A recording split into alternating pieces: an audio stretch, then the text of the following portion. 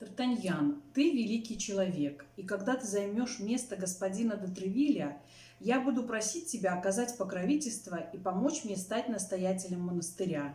«Ничего не понимаю», — воскликнул Портос. «Вы одобряете поступок Д'Артаньяна?» «Еще бы, черт возьми», — сказал Арамис. «Не только одобряю то, что он сделал, но даже поздравляю его». «А теперь, господа», — произнес Д'Артаньян, не пытаясь даже объяснить Портосу свое поведение. «Один за всех и все за одного. Это отныне наш девиз, не правда ли?» «Но», — начал было Портос. «Протяни руку и клянись», — в один голос воскликнули Арамис и Атос. Сраженный их примером, все же бормоча что-то про себя, Портос протянул руку, и все четверо хором произнесли слова, подсказанные им Д'Артаньяном. «Все за одного, один за всех».